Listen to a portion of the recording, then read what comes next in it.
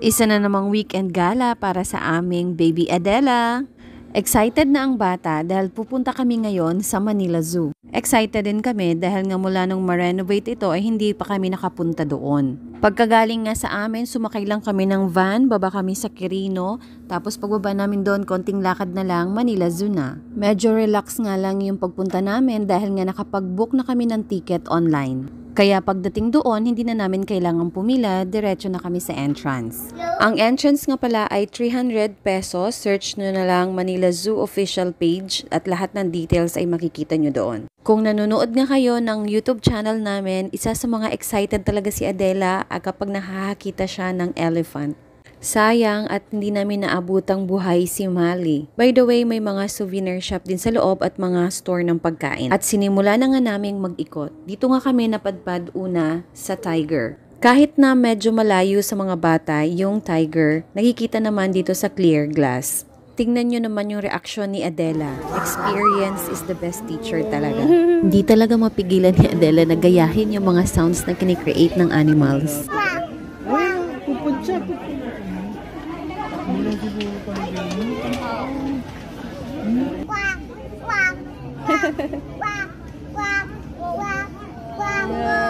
Okay.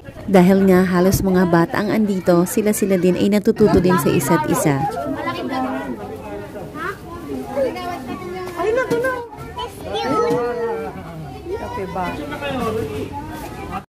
Pagkagaling nga namin sa tiger, diretso na kami dito sa zebra. Akala namin malapit na, mas may ilalayo pa pala. Char. Bandang 3 o'clock na nga ng hapon yan, kaya tirik na tirik talaga yung araw. Habang pinagmamasdan ko nga si Adela, habang tinitingnan niya yung zebra, o diba, priceless naman kapag ganyan yung reaction niya. Diretso na nga kami dito sa may African lion at dito napakaganda ng experience ni Adela. Dahil talaga namang nataon na nagpasika talaga itong lion sa amin. Oh, yun oh. Hindi narinig mo? Galing! Ay! Nagro-roar! Wala, nakakita ng... Kita naman sa mukha ng bata. Ito ang reaction niya. Lala, kaya mo yan. Natakot pa nga si Adela dito kasi first time niyang dadaan sa may mga butas na ganyan. Pero maya-maya, nakaya naman na niya. Experience is the best teacher talaga. At hindi lang si Adela ang natutuwa dito dahil kahit kami natutuwa din. Kaya talaga kapag may opportunity na makapunta, pupunta talaga kami. Kitang-kita yun. Bird, ganda. Pigeon. Hindi papayo. White colored bato-batong tulog. Daming bird. Nandun tayo dito tayo. Dito nga kami natagalan sa area na ito. Sa dami nga ng iba't ibang klase ng ibon dito, hindi mo na alam kung ano ba talaga yung mga pangalan. Pero nag-enjoy kami. Nakakatuwa pa nga itong isang ibon na ito kasi parang nahigipaghabulan siya kay Adela.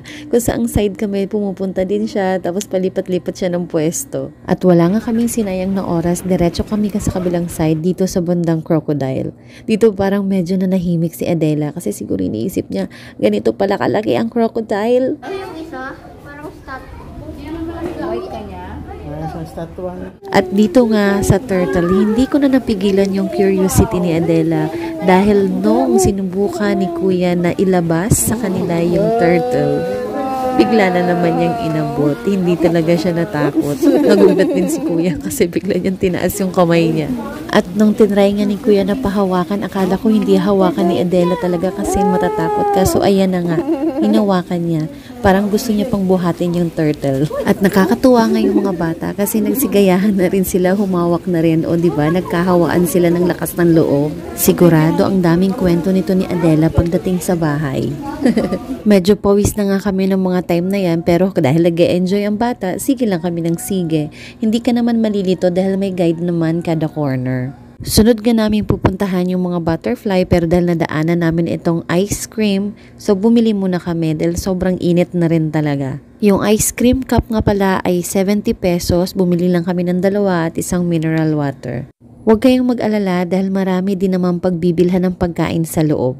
Pagdating nga namin dito kay Monkey, nakatalikod siya sa amin kaya hindi namin siya masyado nakita. Pagdating naman dito sa butterfly garden, akala ko meron talagang buhay na mga butterfly pero parang mga na-preserve na lang siya ng mga iba't ibang species ng butterfly. Maganda dito mag-picture-picture pero sa mga kids kasi yun, titingnan lang nila yung iba't ibang klase ng butterfly. For adults, maganda dito mag-picture-picture.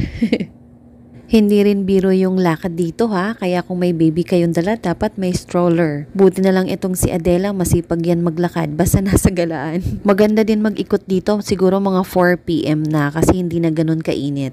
In fairness, na-maintain nila yung mga halaman dito, sobrang gaganda talaga.